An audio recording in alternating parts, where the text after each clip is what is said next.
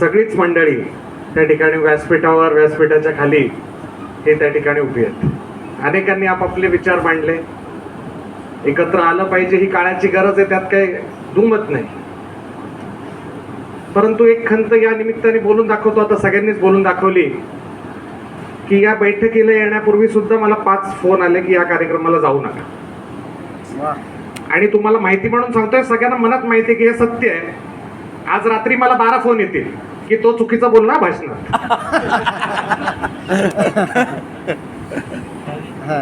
त्याच्यामुळे एकीकडे आपण एकत्रित येण्याच्या गोष्टी करतो आणि एकीकडे कुठेतरी आपल्यामध्येच हा जो काही संवादाचा अभाव आहे हा होता कामा नये असं त्या ठिकाणी मला वाटतं.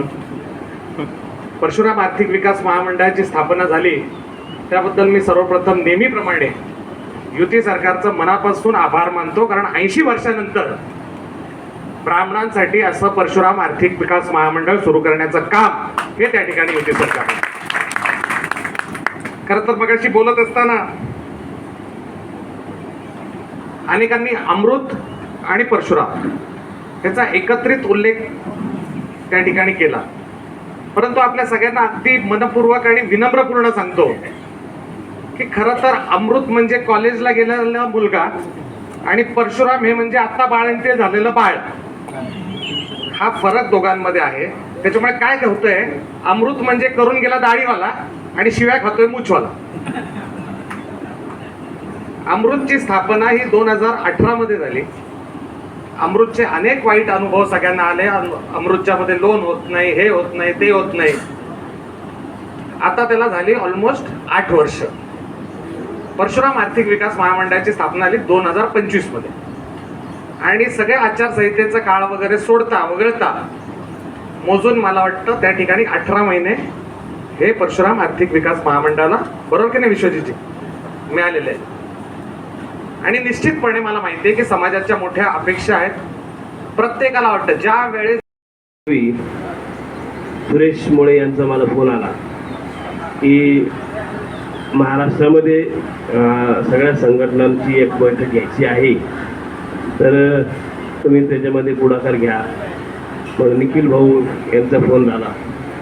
मग या सगळ्या गोष्टी बऱ्याचशा आल्यात.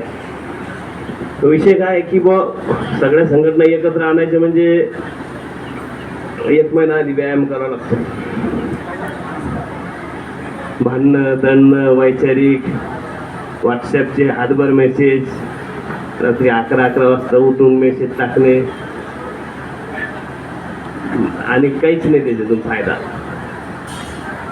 आपल्या संघर्षामुळं अनेक वर्षापासून 15-20 वर्षापासून संघर्ष करायला मराठवाड्यातलेच लोक करू लागले. जास्त बाहेरचे आपल्याला सपोर्ट करतात.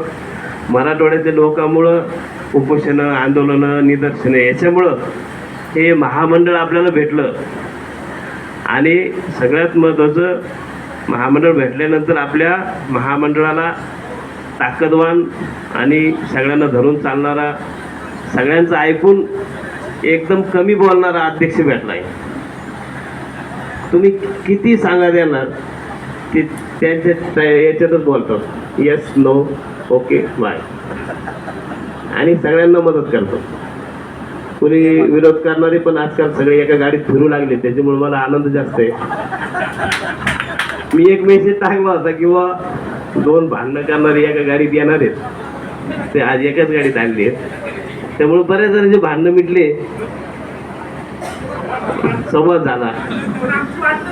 हा भांडण नव्हते पण ते दाखवत होते लय भांडणे म्हणून. ते आम्ही परेशान, का आम्हाला वाटलं यार काहीच भांडणे, आता आपण बी गप्प बसतो. तर मग म्हणजे असं करायचं म्हणलं. भाऊ आता याच्या आधी आपण केलं होतं म्हणलं, संघटना एकत्र केल्या होत्या, मला नंतर लय त्रास झाला. मग म्हणलं शेवटचा प्रयत्न म्हणलं ओके. आता हे बऱ्यापैकी जमलेले आहेत. तर हा विषय असा आहे की महामंडळामध्ये आपल्याला खूप संधी आहे, खूप काही गोष्टी आहेत आणि आपणच अर्ज करत नाही. आणि महामंडळाला दोष देऊ राहिलो, अमृतला दोष देऊ राहिलो, ते समजूनच घ्यायला तयार नाही. टायपिंगच्या परीक्षा असो की MSc याच्या कुठल्या MPSCच्या असो किंवा काही पण असो, त्याच्यामध्ये खूप आपल्यासाठी दिलेलं आहे, आपण त्याचा फायदा घेत नाही. आता अमृतमध्ये जे आता नवीन योजना आल्या त्याचा पण फायदा आपण घ्यायला पाहिजे. परशुराम आर्थिक महामंडळ जे आहे त्याच्यामध्ये खूपसे अर्ज अजून आलेले नाहीत आणि लोक म्हणतात की आमचं काम होत नाही. तुम्ही ऑफिसला जाईना, अर्ज करीना आणि त्या महामंडळाला आपण नावं ठेवण्यात काही अर्थ नाही. उलट आपल्याला एक कधीतरी पहिल्यांदाच 80 वर्षामध्ये काहीतरी जागा भेटली त्या मंत्रालयामध्ये घुसायला ब्राह्मणाला, नाही तर आपल्याला घुसायला सुद्धा जात नव्हते. तर त्यामुळे या सगळ्यांना आता एकत्र येऊन आपसात जे वाद आहे संघटनेचे ते बाजूला ठेवून तुम्ही समाजाचं भलं करा. संघटनेत लोक येणार आहे, जाणार आहे, अजून नवीन 4 संघटना उघडणार आहे. आपल्या सोबतचे उद्या 2 संघटना खोलायला आलेली आहेत किंवा आता इथून निघलो तुम्ही बी एक संघटना काढणार आहे. असे बरेच जण असे विचार करून आलेले आहेत आज. किंवा काय नेमकं मला पदाधिकारी म्हणते का, मग मी पण संस्थापक अध्यक्ष होणार आहे आता थांबा. तर असा विचार त्या